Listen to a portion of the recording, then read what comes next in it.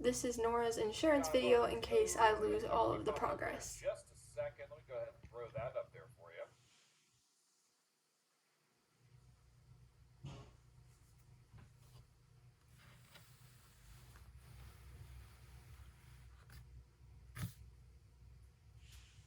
All right.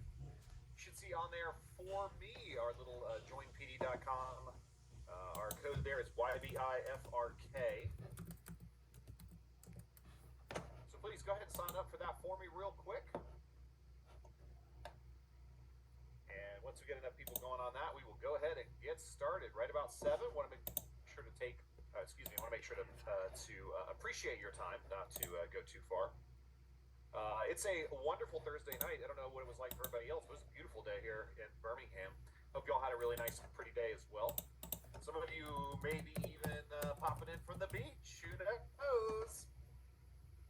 Y'all hanging out at the beach while you're doing your study sessions. That's going to be that's some good work right there. I was just discussing that we don't actually have our spring break where I am until next week. It's like the latest spring break around. So I am also very excited about getting in that spring break action pretty soon. But we got to get there first, right? We got to get ourselves ready for the AP test as best we can with this, our 5th study session. Again, if you're just joining us, joinpd.com, and you can go ahead and type in that code there, YBIFRK. And then once you get signed on, you can participate in our little fun show today. Hope everybody is doing all right. Got a kind of small crew tonight. Maybe that's a spring break thing or something. I was laughing earlier that this is like the size of my first period, so you know, it'd be a lot worse. I think the highest I ever saw in here was like 150 or something. It was a lot. Definitely slowing things down a little bit. Folks, if you're just signing up or just joining us, it's joinpd.com, and we got YBIFRK there. There's 37 people. Sign up there with us and join us on our little trip here for AP World History Study Session number 5. We're excited to have you here on this lovely Thursday night. I'm sure you already had a tough day at school, so appreciate you turning out and showing up. I actually had a great day at school. Get yourself ready for that AP test. Gosh, y'all, that AP test is coming up, is it not?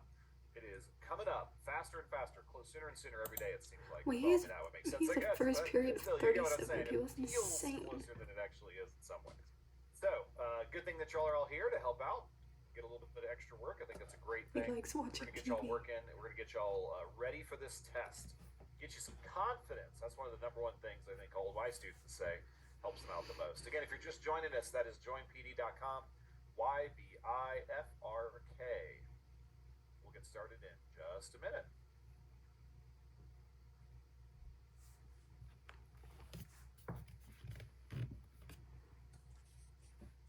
Trying to make this easier to see.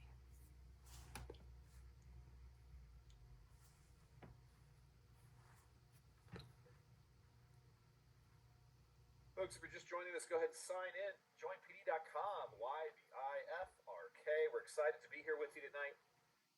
Talking a bit about that writing, a couple things to do that are going to help you out a bit with that DBQ and LEQ. I'm just about to get us started, so go ahead and get signed in. We got like 33 students in. That's great. We definitely did get a few more people there. That's fantastic. While we're finishing that up real quick, let me just introduce myself. If you have not been on one of these with me yet, my name is Ben Osborne.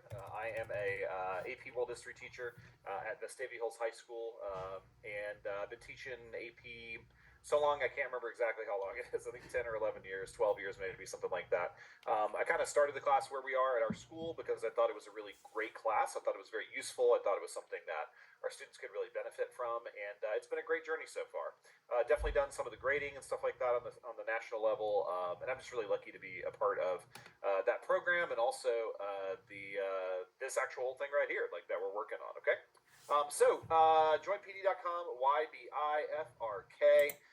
Is where we are, and let's go ahead and get started. All right, folks. Again, if at any time you need to, we always have the ability to sign in on joinpd.com. So feel free to join pd.com at any time, and you can see up in the top right there, you'll see the little code, YBIFRK. And we will most likely have the little code being dropped in there as we're working on it, just on occasion into the chat so that you can kind of go along with us as well. So please join us on this. So we are on our 5th session out of 5 total sessions. This is it, folks. This is the last of these study sessions. Maybe you're crying, maybe you're happy. I hope you're crying because we hope that we are being helpful to you as we do this. Again, that test is coming up super fast. It's middle of May, and so we want to make sure that we are doing our best to get ready for this AP exam and figure it out, the best that we can. So what we're going to be looking at tonight is kind of maximizing the DBQ and LEQ, maximizing the way that we can get more points on it as we go.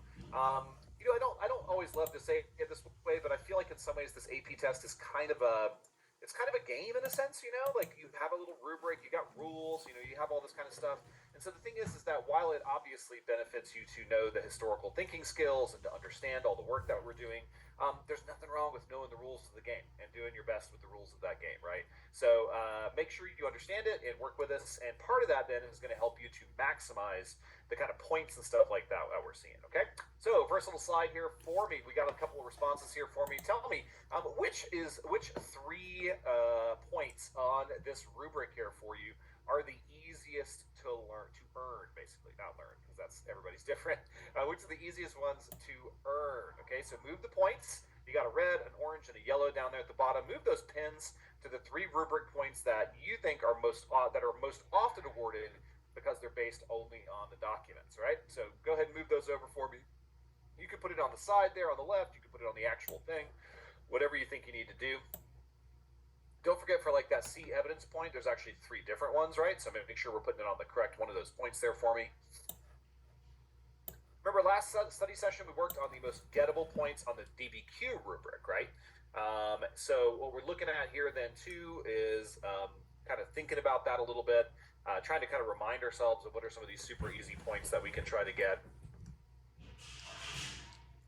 Remember, these are kind of like the points that require only an understanding of the information from the document. So like you can basically kind of know nothing about the prompt and still pick up 3 points on the DBQ generally, which is pretty good. That's about at or above average on the DBQ, right? That's a little disturbing. So not too bad.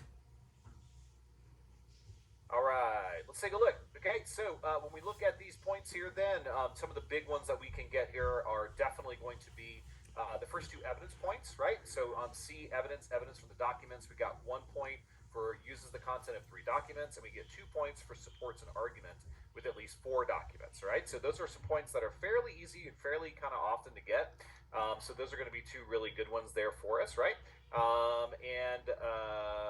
Yeah, those are super easy. And then also the thesis up at the top up there is also going to be one of our easier ones. Contextualization is just kind of a hard concept to understand. Like we always have problems in our classroom 100% understanding contextualization. I was just talking about it the other day.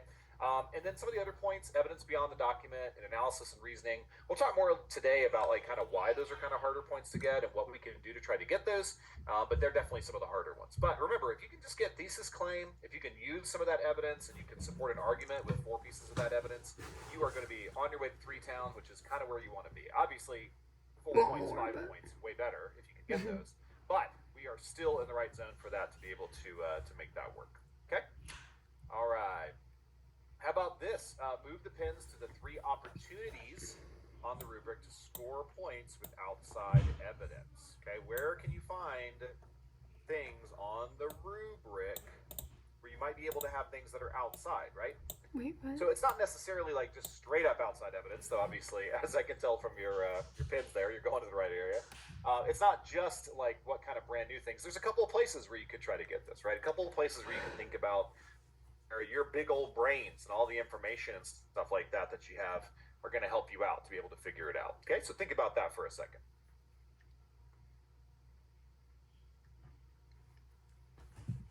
Remember, if you can just get those 3 easier points and just like one of these other points, you are going to be on your way to a 4. That's fantastic. That's kind of what we want to aim for the DBQ. Maybe even a 5 if you're doing it pretty well. I think all right, excellent. Looks like we are doing a great job on that. We got some good stuff there. Obviously, the real simple one here, right? If we think about evidence, and we look down there at the bottom, it says Evidence beyond the documents, that's just outside evidence, right? So that's obviously going to be a good place for us to get some points. It literally says, like, what else can you bring in, right? Like, if you look at that on the slide there, it says uses at least one additional piece of specific historical evidence beyond that found in documents relevant to an argument in response to the prompt. This used to be called just outside evidence. Okay, so bringing something else into it. The other places where we're going to bring in our own knowledge and our big old brains is going to be contextualization, because again, you're going to have to bring in information from before the DBQ question, so that's a good place for us to do it. And the last one here really is going to be it's going to be kind of one that's a little bit difficult to understand, but that's going to be the analysis and reasoning point for sourcing. So that's that first point there, where it says for at least two documents explains how or why the document's point of view, purpose, historical situation, audience is relevant to the argument. So if you want to talk about historical situation, for example, you have to bring in outside information. Or if you want to think about purpose, right, you have to think about that outside information. Okay? So those are two great places where we can find some extra points from our outside evidence. All right, moving on here. Hey, folks, make sure that we are muting ourselves, okay? All right, next up. Maximize the DBQ score by adding outside knowledge. Where should you spend your time? Which points are you most likely to earn, right? So we have three options that we looked at from the previous slide. That is contextualization, evidence beyond the documents, and analysis of the source of two documents, okay? So which of these do you think is the easiest one to earn? All right, think about it a little bit. We're trying to be smart test takers, guys. Like, it's not cheating to be good at a test. It's not cheating to understand how you can do this on the test, right? That's just good, smart use of your time. So what do you think is the most awarded point, right? 1, 2, and 3. What do we think it is? What do we think is ranking that? What's the easiest one? What's the one that we tend to get the most? What do you think?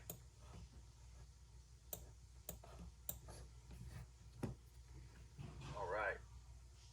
Well, we are all over the place on this one, but I think we got some good ideas. It's definitely one of these is definitely getting the third place on this one. I'll give you all just a second more, but yeah, we're all doing pretty good on this one, I think. In third place, then, is going to be analysis of the source of two documents. Sourcing is hard, guys. It's one of the hardest points beyond that sort of unicorn point that we talk about.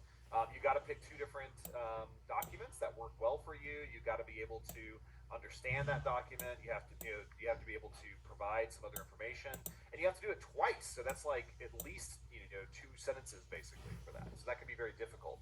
On the other hand, the next one is going to be evidence beyond the document. So our second most one is evidence beyond. I'll be honest, one of the biggest problems with evidence beyond is just that people forget it. So that's one of the reasons it's not awarded. But the number one most awarded for outside knowledge is going to be contextualization.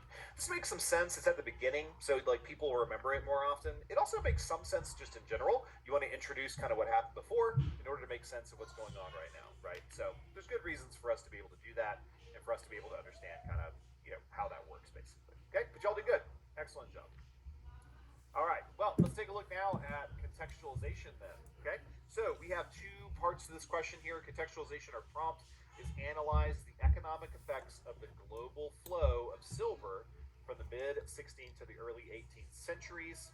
Again, I always like us to kind of like analyze like where this is, like what kind of unit this is, right?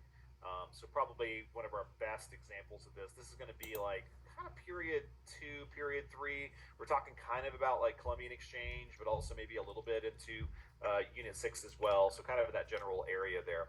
Contextualization is the introduction of the DBQ. It sets up the question by explaining what happened just before the events of the question, right? So over here we have what was happening in the 1500s that led to so much silver flowing from the Americas to the Ming Dynasty in China. And why was there so much silver? So was it A, during the 16th century, the Indian Ocean Network was continuing to trade luxury goods from China, bought by American silver, or B, in the early 16th century, the Spanish, trying to compete with the Portuguese, conquered the Americas, including the Aztecs and the Inca. What do you think, guys? What do we think is our best answer from this? Remember, this is a question from a previous study session, so you should hopefully remember this one. Make sure you've already read the documents from the prompt on this one.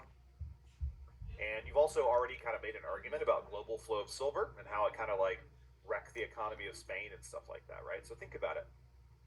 Don't forget, contextualization needs to be at the beginning of the essay. It established what was happening in this place and is this kind of right idea here that we're thinking about. So here's the tricky one here, right? A and B are both not terrible answers, but our best answer compared to the prompt itself is going to be B, okay? The better answer here is B. While both statements are true, A is an effect of the global flow of silver, okay? But B is the cause, right? Remember, it's asking for sort of the effect, therefore the cause of it.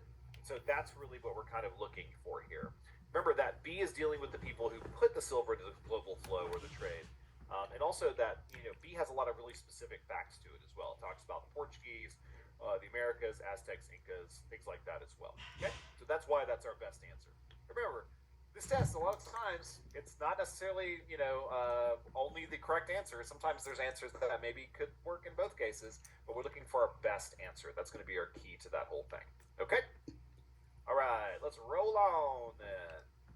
How about we do another example for contextualization then? So same kind of thing here for us.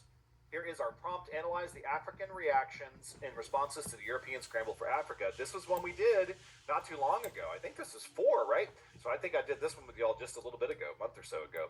Contextualization is the introduction of the DBQ. It sets up the question by explaining what happened to just before the events of the question, as we know. What was happening in the 1800s that caused the scramble for Africa?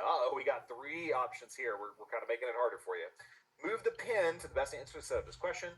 Is it A, the Europeans wanted to expand their empires by taking colonies in Africa? Is it B, the Europeans were competing for raw materials like rubber and diamonds in Africa to refine for the growing industrial revolution in Europe?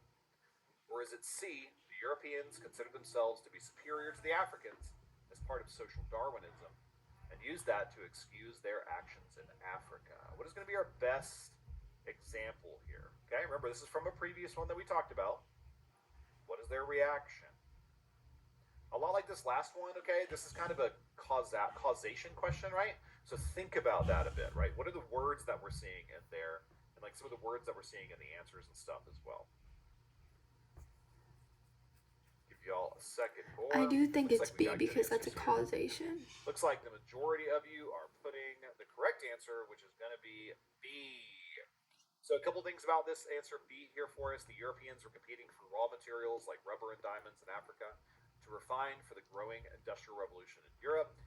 Remember, A is a bit vague, right? Like it's not a lot of detail to it, so never a good answer for us. It's kind of just a restatement of the prompt, really. And C is an effect rather than a cause, okay? So we don't want an effect. We want the aftermath of it. We want the actual cause of what's going on here because this is a causation question, okay? So this would be kind of like C is a good example of outside evidence for the arguments, right? Like talking about social Darwinism in this would be a good thing to kind of put in, but it's not an actual answer that would be appropriate for this question. All right, good job. We are cruising on through it. Y'all are doing a great job. Let's go ahead and throw you a little curveball here. We're going to get y'all to write a little for me here. Okay, contextualization, practice writing it. Prompt here, evaluate the extent to which Christianity changed societies in Latin America in the period 1500 to 1800. We also did this one not too long ago. I remember doing this one. For contextualization, again, think about Latin American society before Christianity changed it. What were the American societies like before Christianity? So practice writing contextualization for this question. Again, we want 2 to 3 sentences. Okay, 2 to 3 sentences. We have a little example here to help you getting started. In 1450, before the arrival of the Spanish, Native American societies like, give an example, practice what? Native American faiths, then, and you can write something specific about the religions of Latin America before the Spanish arrived. What did they believe? How they practiced their religion, etc., etc. I'll give you all a second to work on that for just a little bit. Think about it hard, okay?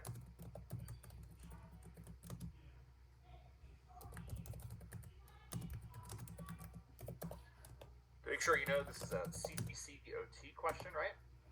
How it changed societies. So it's continuity and change over time. Just kind of a classic way to phrase that. Think again about when this takes place, right? So it's 1500 to 1800. So we're going to look before that, right? So contextualization always needs to be, it could not be, but let's just say it, always needs to be beforehand. So here, 1450, right? That's about 50 years before. 50 to 100 years is kind of our space where we want to live in for contextualization.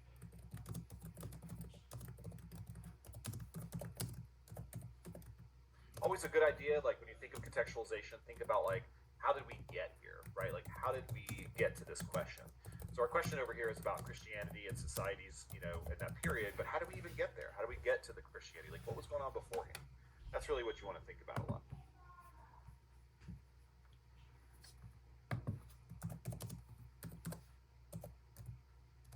All right, we got some good stuff here. So, for example, we got for one of our Native American societies, we have Mayans, and put in human sacrifice, which I think is a type of, you know, practice of these religions and all that kind of stuff. But you know, maybe Native American societies like the Incans and Aztecs practice sun worship and polytheistic beliefs. Love that. That's me. That's a really good one there. So, given specific details, specific names of these groups.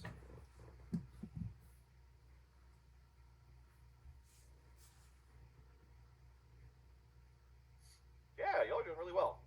Definitely using a little bit of that prompt there, but I think you're doing a great job of putting stuff in there.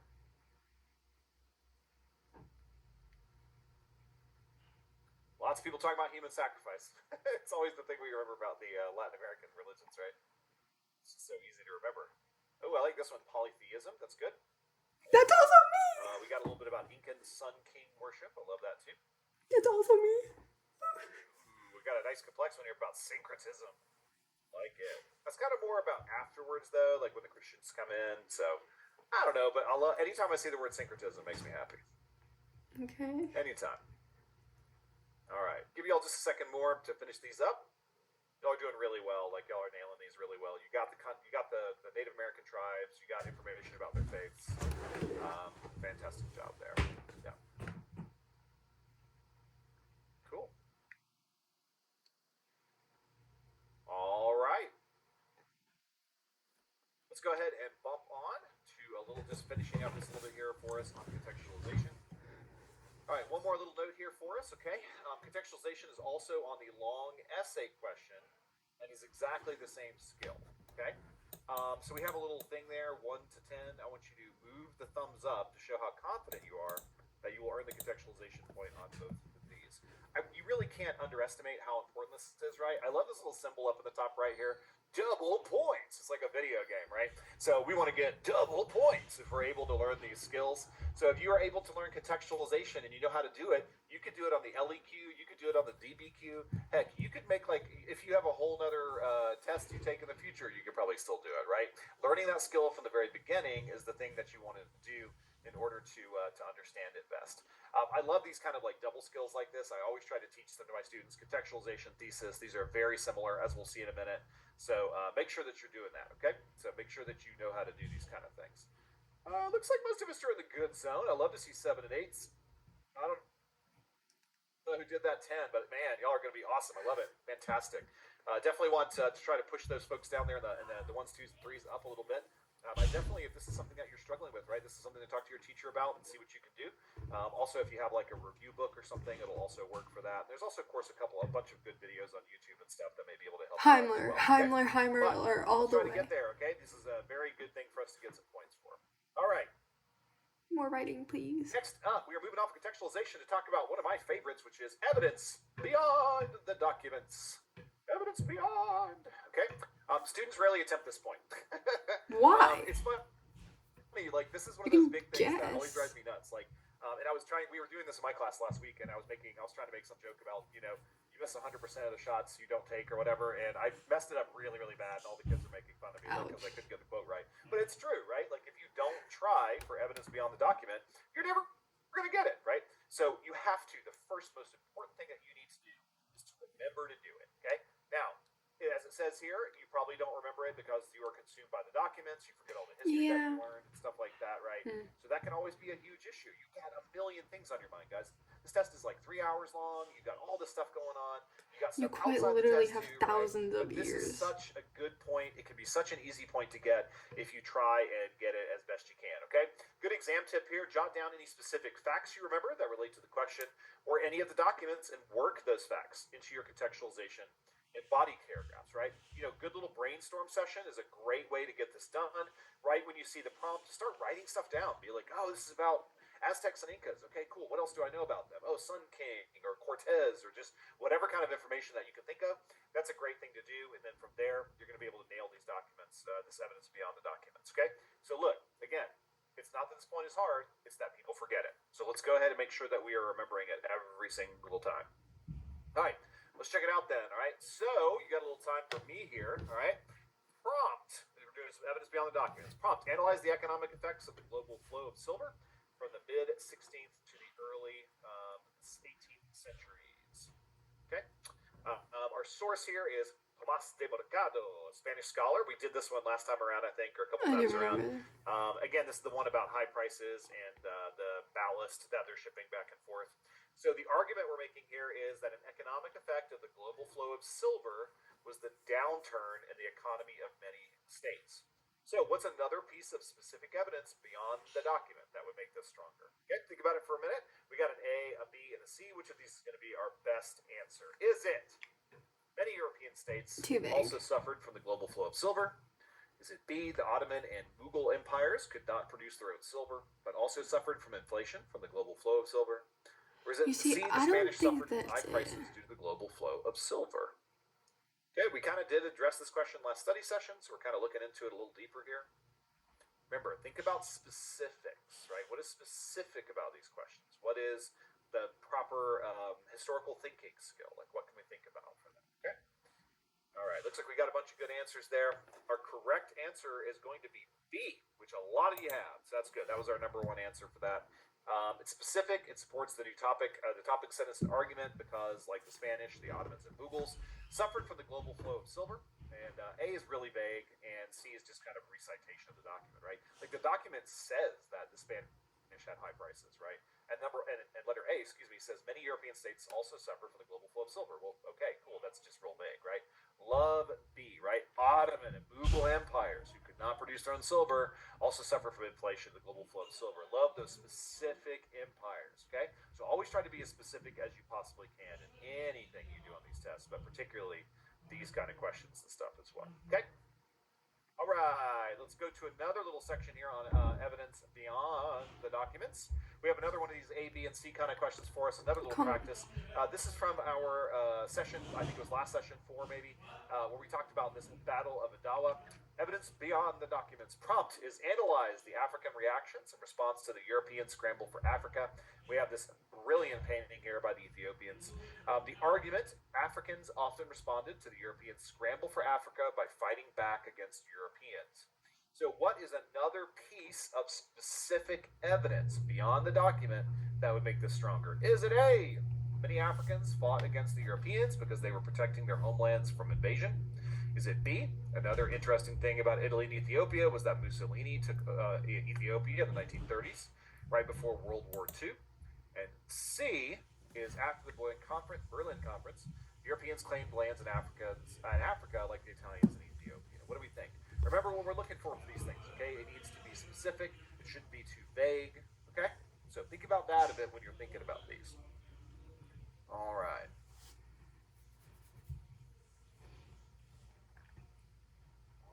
Think about it a bit. What we got for some specifics? Well, it can't be B because that has, I don't know about that, but it has nothing to do with it. Well, and then C, it's not true. I think y'all got this one wrong. A whole lot of you put A, but our correct answer here is instead going to be C. How? Okay, so let me tell you why, though, this is the case. Okay, so first off, for A, it doesn't add to the argument. Right, like it's true, right? Many Africans fought against Europeans because they're protecting their homelands from invasion. But I want you to look at that picture for the Battle of Adawa, right? We already know this. We already know that they were invading and that they were doing these things, right? And it's also kind of vague as well, so that's a good reason for it not to be there. There's no specific details. Like if it had like a specific country or something, that could work, but not so great. B, absolutely true. That does happen, but it doesn't add to the argument. It's a different time period, right? Like it's not within our time period because it's the 1930s. That's kind of a classic example of what we like to call the like sort of here's some information thing, you know, where somebody just drops some information. You're like, well, yeah, that's true, but it doesn't really add to the argument, right? So C is our best answer here. C is not represented by the document, right? Their Berlin Conference is not mentioned there, but it does have a lot to do with these kind of things like these battles, right? Europeans claim lands in Africa. Like Yeah, but that's Ethiopia. not So it responding works to the really well, problem. right? Like, Africans it works often really well respond for to us that. to Has use nothing to that. do with It's the specific. It Africans. it advances the argument. It doesn't just repeat it, and that's why it's going to be our best choice. So yeah, but I get again, it, but it's I not don't love that the that. others are wrong. They're like I don't love bad. It's this just that they're not question. as good, right? Like we want to be as specific as we can to make sure that we're getting those real good points. All right. Continuing on here with a little evidence beyond the documents. We're going to do a little practice writing here for a second. So our prompt there is the one we were looking at before. Evaluate the extent to which Christianity changed societies in Latin America in 1500 to 1800. Our document here, a different document, is Felix de Azara, emissary from Spain, writing about the Jesuit-run missions in Paraguay in 18th century. So I'll let y'all kind of read along on that yourself, but it basically just says all were baptized and knew how to say their prayers, which all the boys and unmarried girls had recited in a chorus near the entrance of the church at dawn. Yet those who were familiar with the place assert that there was little true religion among the Indians. It's not strange in view of the fact that the Indians themselves said there were few Jesuits capable of preaching the gospel in Guarani. I remember this document. Yeah, I hope you all do too. Argument: the Native Americans adapted their society to include Jesuit teachings in their daily lives of festivals and tournaments. So you are going to now write another piece of specific evidence beyond the document that will help make it stronger. And again, we have a little getting help there. Is there another method the Spanish used to force Christianity on the natives that would similarly show the natives resisted full conversion? Or is there something else that you know about Jesuits? Those could all be examples of things, that you may be able to use for that. Okay, think about it for a minute.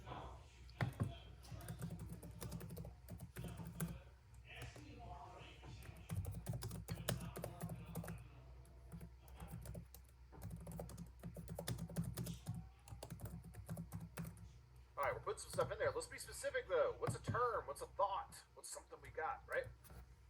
Think about like terms from your book or terms or details.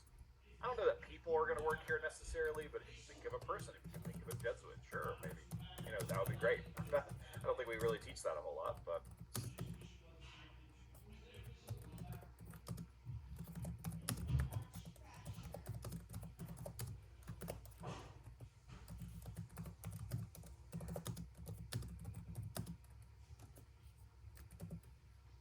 Right.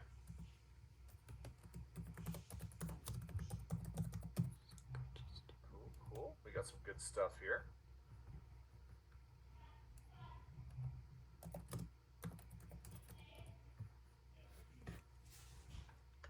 Think about what's another way that the Spanish tried to force people, right? What is something that the Spanish did that the Native Americans maybe didn't want to do, right? What's that term that we have?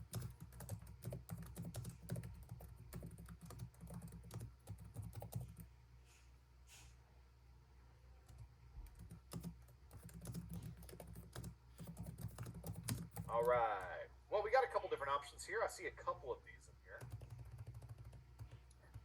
This one is particularly good. So one of the ways they're going to force natives to do some things would be these forced labor systems, right? We had two different ones that we talked about. One is the hacienda, and the other, as mentioned here, is the encomienda system. So, in addition, natives under the encomienda system were forced to comply with Spanish customs and traditions due to the power they held over them. That's really good. That's an excellent example, right? Because they are, forcing things here to include Jesuit teachings. What else are they doing as a result of that? Okay. You could also probably talk a bit about like what the mission of the Jesuits was, right? Like what did the Jesuits do?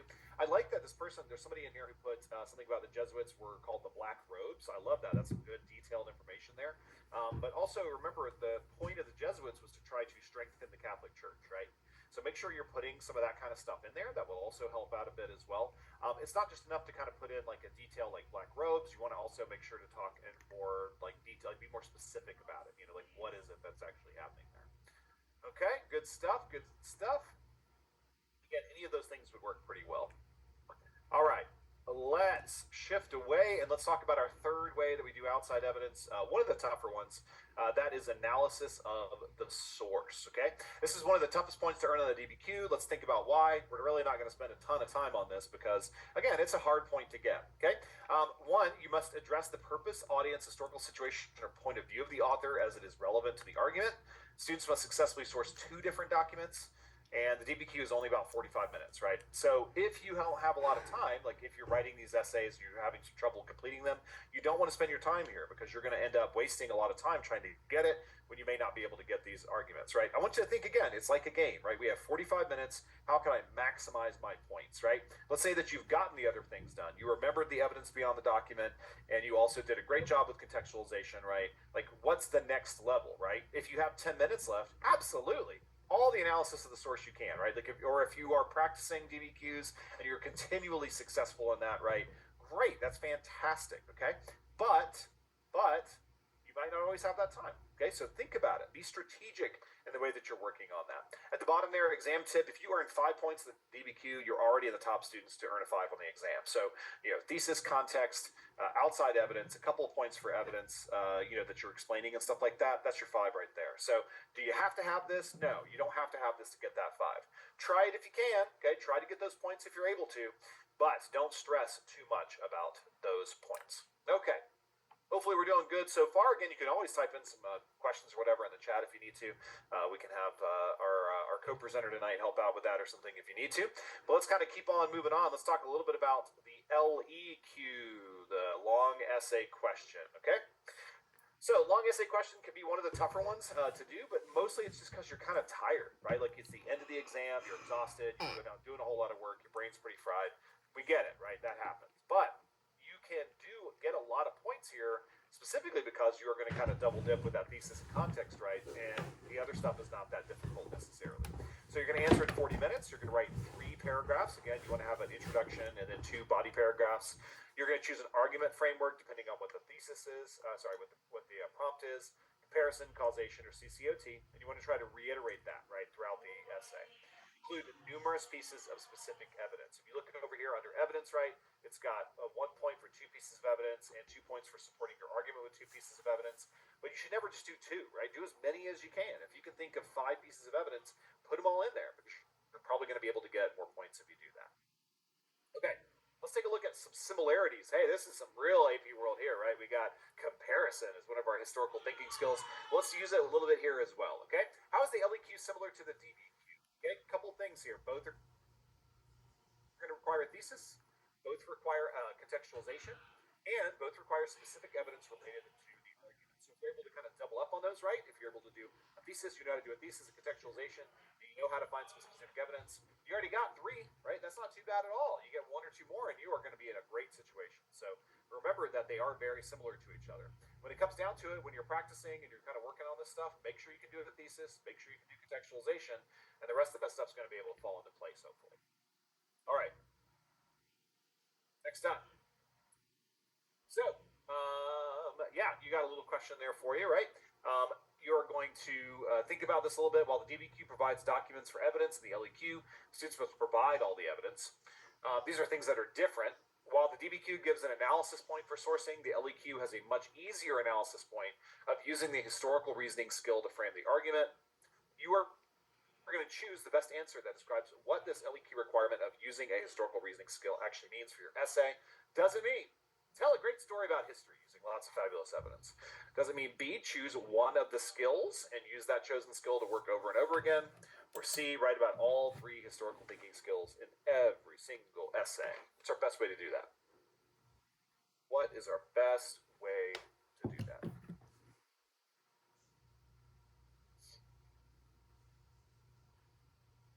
All right, y'all are getting this one. I mean, they're not all too hard, right? Sometimes we got to toss you a couple easier ones. I don't know if you know this, and maybe I should tell you this and use it on the test or whatever, but oftentimes the longer answer is going to be the correct one. So B is our correct answer here, okay? Choose one of the skills that is talked about in the prompt and use that chosen skill and work it over and over again through the body paragraph. So the question asks like a comparison question. You need to talk about comparison a whole lot, right? That's the best way to do this. So remember that for sure. Let me just say one thing or two about great story about history. That kind of cracks me up because, like, remember what we're trying to do is make an argument about history. Like, I love history stories. They're super fun. I'm a history teacher. It's super fun to talk about weird history stuff and all that, right? But it doesn't make an argument, right? Like, you're just telling a fun story. So, again, make sure that you are actually talking about it and making some arguments instead of just chatting away. Okay. So, a little practice time for you. Prompt. In the period 1450 to 1750, oceanic voyages resulted in the Columbian Exchange, which transformed the eastern and western hemispheres. You are going to develop an argument that evaluates how the Columbian Exchange affected peoples in the Americas in this period. Step one, read the prompt. So, folks, which historical skill is being asked? You're going to move that pen. The best historical thinking skill to frame this answer. Is it comparison? Is it causation? Or is it continuity and change? Look at the words in the prompt. What do you think? What is our verb, right? Like, what is the actual, what is it asking you to do? That should help you out a ton. Ooh, we're all over the place. Not too bad, though. All right. Good job. Looks like most of you got it right. That is causation. Causation. And how do we know that it is causation? Look at that word over there, affected, right? Affected. So the AP test will have these kind of two-part questions like this, right? With the prompt on both sides. I thought So that's it not was unusual to see as continuity well. and But causation change is more specifically because affected how or put in here. It says transform how the it eastern and affected west people in the Brazilian Americas. So you're not empires. comparing. There's no two things here that So you're when comparing. you're You're not talking comparing about how it the Columbian transformed, Exchange yeah, to you're something talking else. You're not about comparing change, the Americas to something the else, right? So it can't be continuity. So comparison. you're including. Also, continuity and change, I'm right? I mean, it tired. does have a little bit of change, of course. That's always the case. But when it says in this time period, it's kind of looking at a big, broad perspective, right? So that's why affected is going to be the best way. What is the effect of this thing? That is going to be a causation style question. Okay? All right, let's practice again. Our next up one here, we are looking at the Columbian Exchange. Prompt in the period 1450 to 1750, oceanic voyages resulted in the Columbian Exchange. Transform the eastern and western hemispheres. Develop an argument that evaluates how the Columbian Exchange affected peoples. That's that causation. In America in this time period. Okay, so fill in this sentence for me. The Columbian Exchange caused people in the Americas to what? Okay, be specific. Give multiple examples. What are some things that it caused people to do? So start me off with that sentence beginning there. The Columbian Exchange caused people in the Americas to, and give me some specific examples. I'll give you all a minute or two to do this.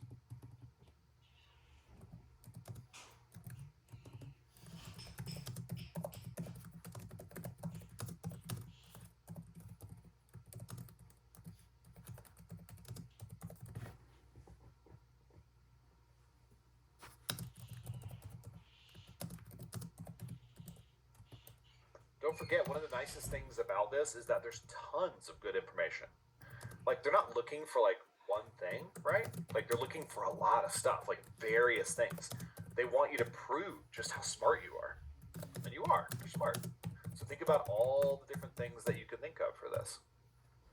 That's one of the nicest things about it. Like, sometimes in, I don't know, maybe it's just me being a history teacher, but sometimes like math or science, like there's this sort of one answer that they're always looking for, you know? That's one of the things I like about history, and to a degree English, is that there's a lot of different answers that could answer this, right? Like, we can come up with lots of stuff. So maybe you enjoyed one part of this lesson and somebody else enjoyed another part, right? Well, you can choose. What is it that you enjoy? What is it you can talk about? All right, good stuff. We got lots of good ones here. I like this one about smallpox. I don't like smallpox, but I like this answer about smallpox. Caused people in the Americas to dwindle in population due to diseases such as smallpox being spread. Good. I like that a lot. We got another one here about influenza. Very good. One thing, be careful about, like somebody here is talking about the Columbian Exchange, talking about tobacco and potatoes and stuff. Problem with that, though, is it says caused people in the Americas to, right?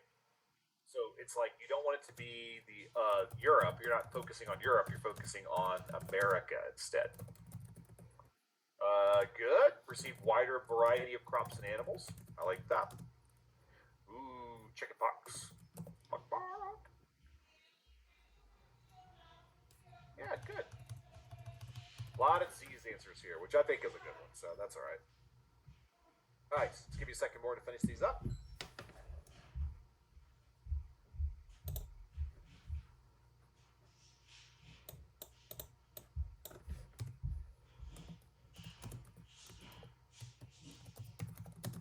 All right. Let's take a look at some answers here then. Good job, folks. All right. So over here you can see a little word cloud up there. That's some examples of things that you can say there. So a lot of you did these really well, right? We have, some people put encomienda, some people put smallpox, Christianity. I like this very specific cows. Just cows. It's not other animals. It's just those cows that are so important. I like all that stuff that we got going on there. Okay, but again, we have this affected, right, causation thing. All right, step 3, reread the prompt and create arguments. Okay, so select an argument to answer this prompt. Be sure the argument contains a historical thinking skill to frame that answer. So we have 3 different choices here. Lots of Native Americans died from diseases. We have B.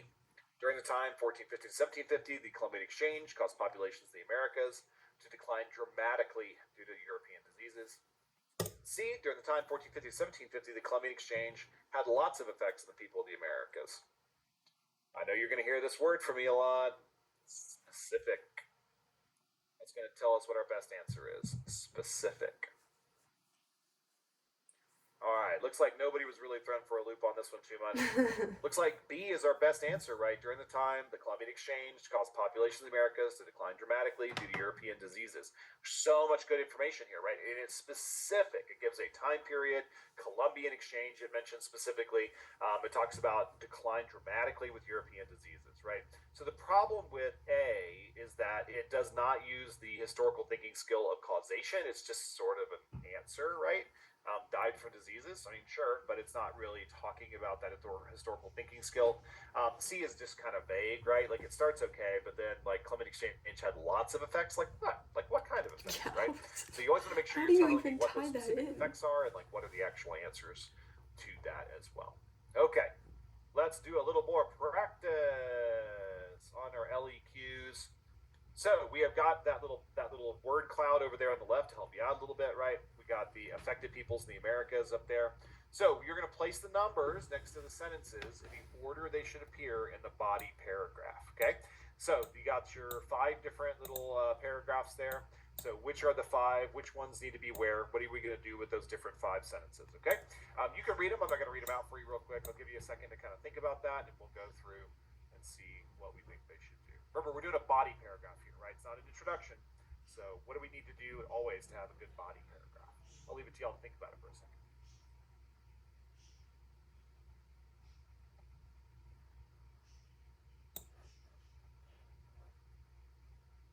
Remember, number 1 goes next to the big idea of the paragraph. That's going to be our topic sentence. So what's like our big idea here?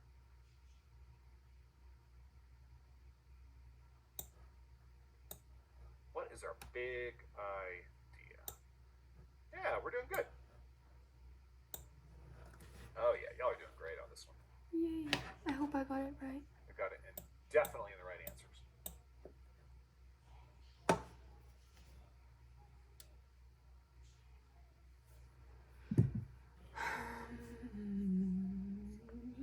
All right, we'll wrap that up in just a second.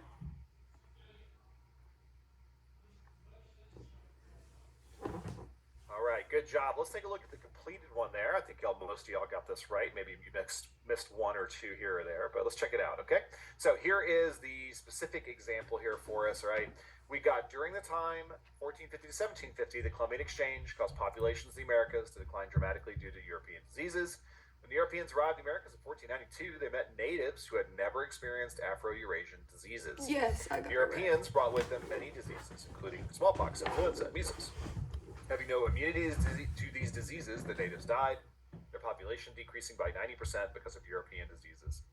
This decrease in population led to further population changes because the Europeans imported West Africans to replace the dead Native American workers for the Spanish sugar fields. So again, place a pin on all of the causation words in the paragraph. Remember to try to frame your argument multiple times with your historical thinking skill words. Okay, so put a couple of those up there for me. Yeah, y'all noticed 1 very quickly. It's not too hard. Good job.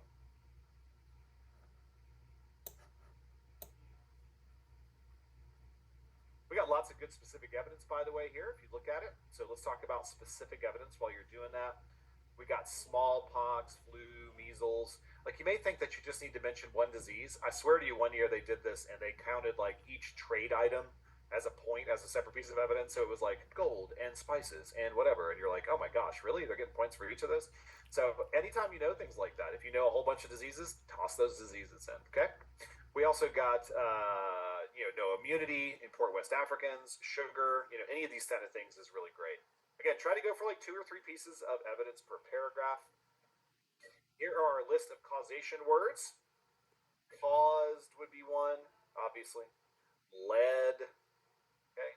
Because are going to be a good one for that. Those are all examples of some of those words that we're going to use. And trying to use those framing words is going to help out a whole lot. So think about our historical thinking skill words, right? So causation is our skill. Affected was the initial word in the prompt. So what is similar to that, right? Caused is very easy. But the rest of that then, led. So if you see the word led there, LED, it says that this decrease in population led to further population changes. That is a cause. Like the population decrease caused the population changes, right? And caused things like West Africans coming over. Okay. Hope that makes some sense. All right, let's look at step 5 then. Support a second argument with more evidence.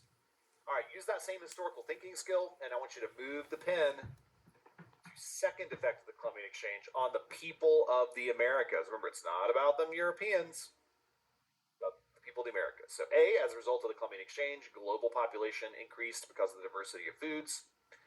B, as a result of the Columbian Exchange, Europeans brought sugar to the Americas and created plantations to produce wealth B is for the mother correct, countries. and if you tied Or it C, into as a result of the Columbian encomienda, Exchange, you could argue American that. peoples were able to use Afro-Eurasian beasts of burden to increase labor and transportation.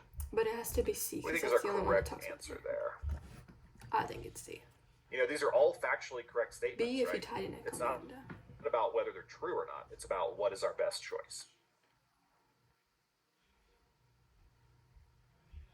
So, we got a lot of variation on this one. Our correct answer here is going to be C. Okay, all of these again are factually correct, but only C really answers the prompt, right? It says, as a result of the Columbian Exchange, American peoples were able to use Afro-Eurasian beasts of burden to increase labor and transportation. Okay, so that is the effect on the people of the Americas. Now, for B, right, result of Columbian Exchange, Europeans brought sugar to the Americas and created plantations to produce wealth for the mother countries, right? That's the key part of that. It definitely has an effect, don't get me wrong, because of the plantations and things, right, that are using this sugar or that are creating this sugar. But the key part of that is mother countries, right? If you had kind of cut it off and just talked about plantations some more, it might work, but not the way it's sort of worded there. Okay? And then A deals with global population, so it's not really useful here, right? Global population increase. But again, it's on the people of the Americas. Again, make sure you always know where your question really is based around. All right. Step 6. Let's write a thesis. So, LEQ, time to practice. So we got our prompt, we got our causation, we got the in the Americas part. Let's combine the arguments into one sentence for the thesis, right? The Columbian Exchange affected the peoples in the Americas by causing population decline for diseases and increasing labor through the use of new beasts of burden. Oftentimes you really only want to write your thesis after you have planned your arguments, right? So this is what we call that chicken foot thesis, if you remember, right? So we have that initial kind of thing, that's sort of the leg, right? And then the two arguments are kind of the toes. So it's causing population decline from diseases is sort of one toe, and then the other one is going to be increasing labor through the use of new beasts of burden. So those two things together are going to work on that. But a good strategy here is to know what you're going to try to write ahead of time so you can write a good, strong thesis. If you don't, that can sometimes be a problem. All right, contextualization, step 7. We're all writing all these steps down. All right, LEQ. Okay, so contextualization, again, it's just like the DBQ. So why did the Columbian Exchange happen? Why were the Spanish traveling to the Americas? So which of these is our best contextualization for this prompt? Move the pen to the best one. What do we think is our best prompt? Is it A, 1492? Columbus sailed the ocean blue. Is it B? That is the Spanish caused a definitely lot of the problems in the answer. Americas, including killing a lot of the American Just people Columbus from sailed. diseases. Or is it C? The ocean blue. The Spanish were competing with the Portuguese for new trade routes to the Indian Ocean. Yes. But through Columbus and others, they conquered the Americas, instead uniting the hemispheres for the first time. Mm-hmm. All right, good. Looks like most of you got this right. It is Good. C. It does more to demonstrate that the Spanish were in the Americas, but describes why the Spanish were there, right? A is way too simplistic, as we all obviously guessed. He B, this is sailed the the effect or ocean answer to the question, blue. not contextualization, right? So it's like the actual answer. Our prompt says, what was the effect? And that answer is, it caused a lot of problems to Americans, including killing people. That's like an argument or almost like a thesis, right? Whereas the C part is sort of leading us up to it, right? We start in 1500. What happened prior to this that led to it? So the Spanish were competing with the Portuguese. That's all there. But through Columbus and others, they conquered the Americas instead. So that's what's going on before this time period. And then we're going to start it here a little bit later. Okay, let's put it all together. We got our big, Took a picture huge of that, piece right? here. We got our Think I did. contextualization. We got our thesis. We got our evidence. We got frame and argument with historical thinking. We got contextualization about the Portuguese and the roots of the Indian Ocean, and also Columbus as well. Okay, we got our thesis, the Columbian Exchange affected the peoples of the Americas by causing population decline from diseases and increasing labor to the new beasts of burden. That's our two-part thesis, our chicken toes, as it were. Evidence then, we have a piece of evidence here for us. Columbian Exchange caused population of the Americas to decline dramatically due to diseases. We have Afro-Eurasian diseases, smallpox, influenza, and measles, right? Lots of good details there. Imported West Africans, Spanish sugar fields, all that's great. Okay, and then the second part of this then is, as a result of the Columbian Exchange, American peoples are able to use the Afro-Eurasian beasts of burden to increase labor and transportation. That is what you need to think a little bit about, right? Good. So that would be the part that you would sort of finish on your own. How do All we right, still hopefully have this makes a bit of sense. 9 Remember, we're really only 11 writing 3 different pages? I paragraphs, can do right? math. Introduction with contextualization and thesis, and then we're going to have our first argument, which has all this evidence in it, and our second argument, which has all the evidence in it as well. Okay. Let's try to do one more quick practice prompt. We're going to kind of move through this one a little quicker than the other one for sure, just to make sure that we can get through the whole thing, okay? All right. So our prompt here, during the time of 1750 to 1900, Enlightenment philosophers applied new ways of understanding to both the natural world and human relationships.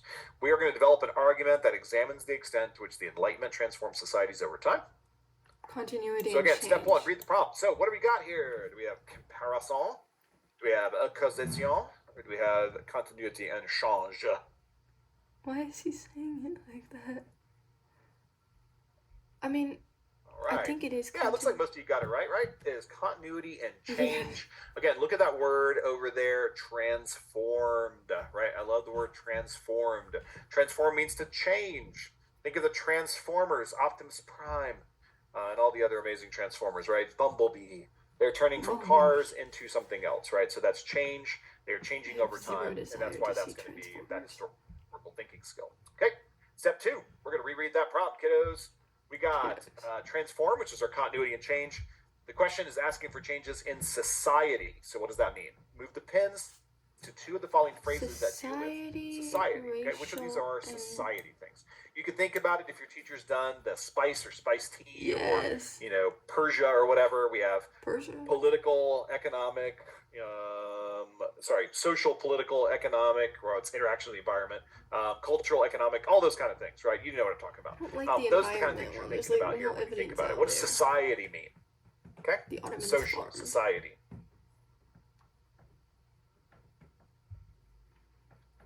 All right. 2 phrases here that deal directly with society are racial ethnic groups and gender roles. Okay, remember, jobs is going to be economic.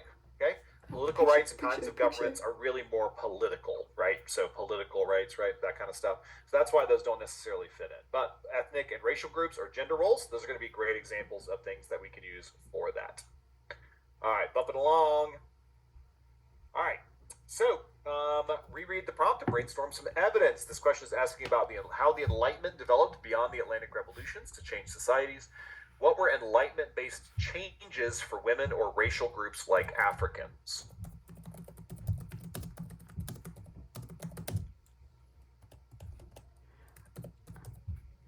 No. Write as many specific facts as you can remember. So what are some of these Enlightenment-based changes for women or racial groups like Africans?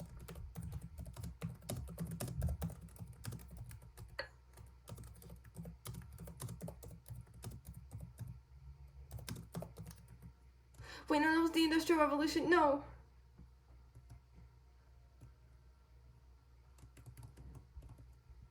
All right. We'll see what we got. Yeah, we got some good ones here. Be specific, though. Be specific.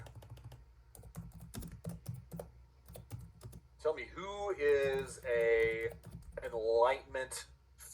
female Enlightenment thinker, right? Question. What happens to Africans, right? Maybe Africans in the Americas. What happens to them on the basis of Enlightenment?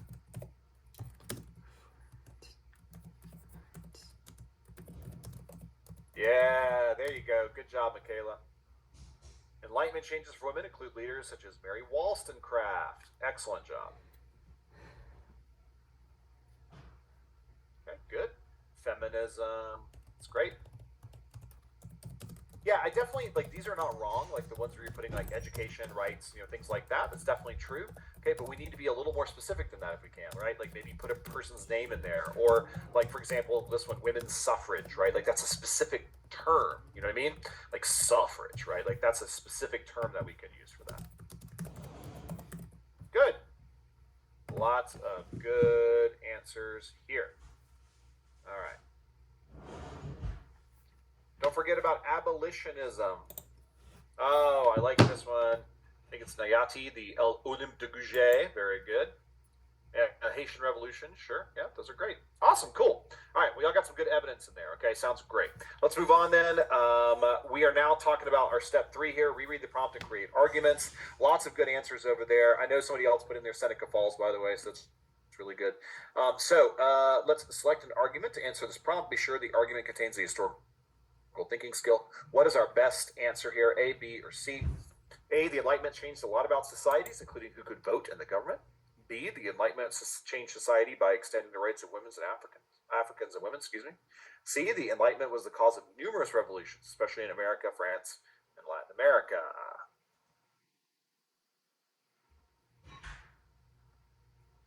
Remember, specific and on topic. That's what we're looking for. Social thing. Yeah, but this isn't a social thing. That's more of like a. Ooh, lots of debate going on in your minds tonight. Y'all are all over the place on this one. More like. Give me a second more. Political. All right. So our correct answer here is going to be B. Okay. Specifically mentions societal words, right? So it mentions things about rights for women and Africans, right? So that's why it's society, okay? A, Enlightenment changed a lot about societies who could vote in government. That's a political thing. It's not social necessarily. And then C, the Enlightenment was the cause of numerous revolutions. Again, it's not untrue, right?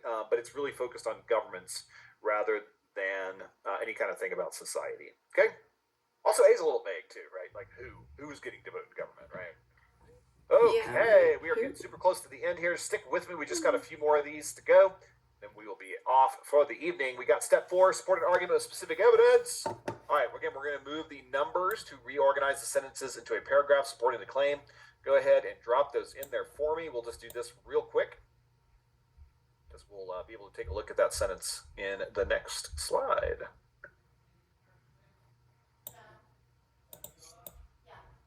Go ahead and drop those in there for me. What's our first words, right? How does it fit together?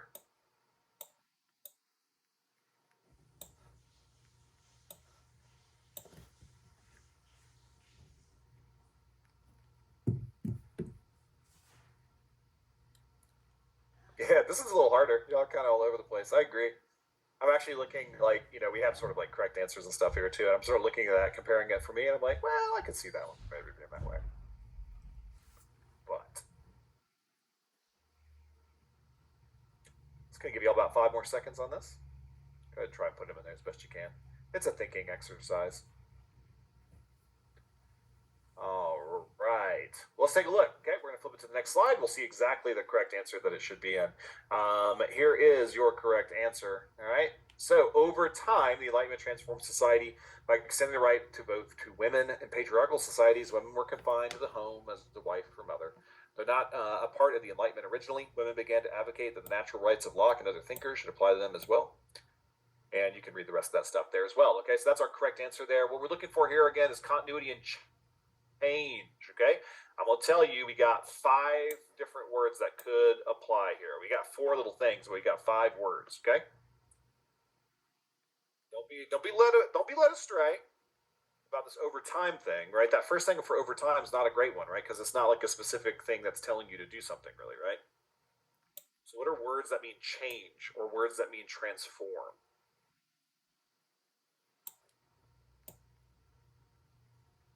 Well, we definitely got that first one up there in the first sentence, right? Transformed society. Maybe it's pretty easy, right?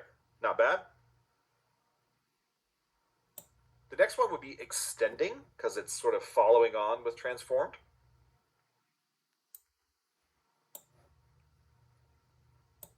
A little strangely, I know it doesn't seem like it should be, but began or began to, right? Began to would also be one because it's talking about how things are changing, right? Apply. And lastly, changed. Don't think a lot of y'all got apply, but that's okay. All right, good. Yeah, y'all nailed those big ones there, right? Transformed, extending, began to, changed. Excellent job there, folks. Good job. All right. Step 4 here we got supporting argument with specific evidence. We got a couple of different examples here, right? We got our words there, transformed, extended, began, apply, and changed, as we just saw. Excellent job for us. All right. Step 5, contextualization. Move the pen to the best way to contextualize this prompt. Is it A, the Enlightenment was an intellectual movement of the 17th century to challenge traditional notions of absolutism and divine right of kings? Is it B, the Enlightenment led to the abolition of slavery as leaders extended the natural rights to the enslaved? Or was it C, the Enlightenment was about government, not society?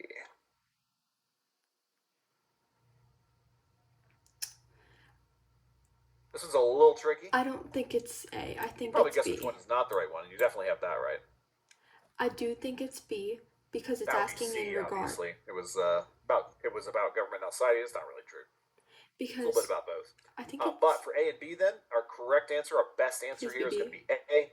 Enlightenment was Why? an intellectual movement. Okay, now you may be thinking to yourself, wait a minute, Osborne just told me that we're looking for society stuff, right? But don't forget, for contextualization, you can talk about other things like that, right? Because you're contextualizing it. So it's like, what is the politics thing that's going on at that time, right? Here's the politics thing, and here's how it led into the society thing. Okay, so that's why that would be our best answer for that. But a little on the tricky side for that one for sure. Here's our final answer here. You can read it along there as you do it. Again, we have our contextualization and our thesis there at the top. We got our evidence there with patriarchal, combined the white home as wife, natural rights of Locke, Elizabeth Cady Stanton, Lucretia Mott, soon to be Anthony, etc. We have a frame and argument with historical thinking skill. We got lots of these right. Transformed, extending, began to advocate, apply, and changed. All of those are good examples of how an LEQ should work for sure. Let's do a quick review, and then we will be out of here, folks, on a beautiful Thursday. So in review, you need to maximize your score, okay? So key concepts for us are the DBQ. You want to add outside knowledge as often as possible. You want to try to do it at least once, right, to get the point, but you can do multiples if you'd rather. For the LEQ, use the words of a historical thinking skill over and over again. Okay, that helps you to lock in on that last point. And don't forget the contextualization is the exact same for DBQ and LEQ. What happened before the prompt began? 50, maybe to 100 years before? Okay. What caused the prompt to happen? What do you need to know for the prompt to make sense? Okay. Go ahead and write some questions and concerns there. Oh, y'all are so nice. My day's going okay so far. Thanks for asking. Yeah, so these are all going to go back to your teachers, I hope, as well. A couple people asking about like how to get good details and stuff. It's really just a factor of studying. You just got to study on it a little bit. Doing things like Quizlets and stuff like that are a good way to do it. Doing like memory practices and stuff like that as well are always going to be helpful. So pieces of evidence are needed per paragraph. The thing says usually like 2 would be good. So you have like your context thesis, you're going to have your first paragraph and second. That would be 2 points. 2 pieces of evidence at least. That's like the bare minimum really that you should have for this. Okay. The LEQ does not have to be 5 paragraphs. No, it does not. In fact, it works. You can be more than 3. Like we always talk about intro, first and second sentences, or first and second paragraphs, right? And that's it. You could add a conclusion if you wanted to, I guess, though I don't really usually advocate that. But there's no reason for it to be 5. Like, you don't have to make it a 5-paragraph essay. It's not an English paper, right? So, all right. Yeah. So, how far back for contextualization? 50 to 100 years before the question is usually good. You do kind of want to like slowly narrow in on your topic. That's very true. Yeah. Cool. Do I recommend A pushing for struggling in AP World? It's kind of up to you. We're going to end with that question there. I mean, it depends. Do you like it? And what does struggling mean? Sometimes my students will be like, I have like an 88 and I'm struggling. It's like, that's not a struggle. Like, you're doing fine. Like, What? it may not be a perfect day or whatever, but still, it depends. What do you want to do, right? That's a key An A. question for me, I think, than anything. Have a All right, look, let's go ahead and do our last here, our linked Google form. And then once you get that done, you can go. That is providing us some feedback. Click on the link to let us know how we did. Click on that linked Google form there.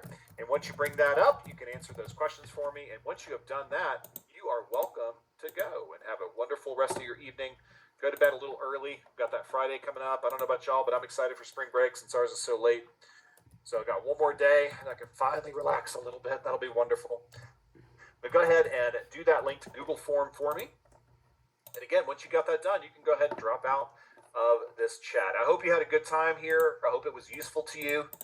I hope some of those extra questions there. I'm going to try to make sure next year, I guess, I know it doesn't help you all much, sorry, but I'm going to make sure next year to spend a little more time on that last question thing. That was actually good. I loved seeing all y'all asking these questions and stuff and being specific about it. It's good. If we have any teachers on, if you'll please send me a private message. I'm under the co-host, please, so I can make sure and log y'all's attendance. Yes, excellent. I should have mentioned Or that. send it to Ben, or one of us will get it. But y'all send us a private message so we can make sure and record you. That would be great. Folks, thank you so much for being so wonderful tonight. I really appreciate it. I hope this was helpful to you as we went through these things. I know I saw a couple of comments in there from people that weren't really questions, but were just sort of, worries and things. Guys, you're all going to worry. Trust me. I mean, that's the way it works a lot of times, right? You're going to worry. You're going to be scared a little bit. It's okay. Everyone's going to be fantastic. So make sure that you that you work your best on that. Okay. Deborah Mallory Pendley. Okay, thank you.